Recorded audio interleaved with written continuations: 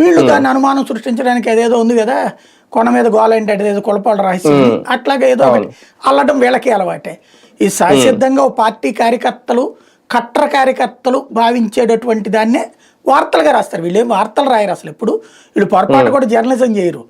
కేవలం జరుగుతున్న వార్తలని, జరుగుతున్న సమాచారాలని తాము ఏ పార్టీకి అనుకూలంగా ఉంటామో ఆ పార్టీకి అనుకూలంగా ఎదుటి పార్టీలకు వ్యతిరేకంగా వక్రీకరిస్తూ ఒక కథనాలని తయారు చేసి వండి వార్చి వడ్డించడమే వీళ్ళ నీచ జర్నలిజానికి సంబంధించిన అలవాటు.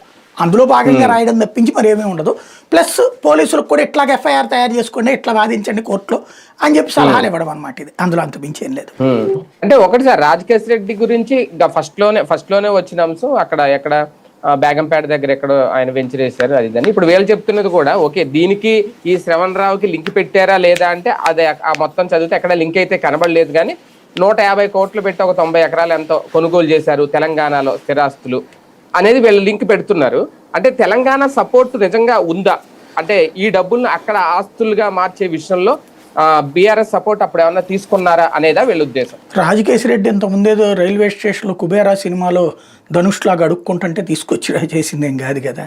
అతను ఆల్రెడీ వ్యాపారస్తుడు, రియల్ ఎస్టేట్ వ్యాపారస్తుడు, సినిమా పెట్టుబడిదారు. అతను 150 కోట్లు వెంచర్ తీసుకున్నాడు కాబట్టి, మేము రాసిన వార్తల టైంలో అతను వ్యాపారం చేశాడు కాబట్టి అంటే ఇదివరకు కనుక టీవీ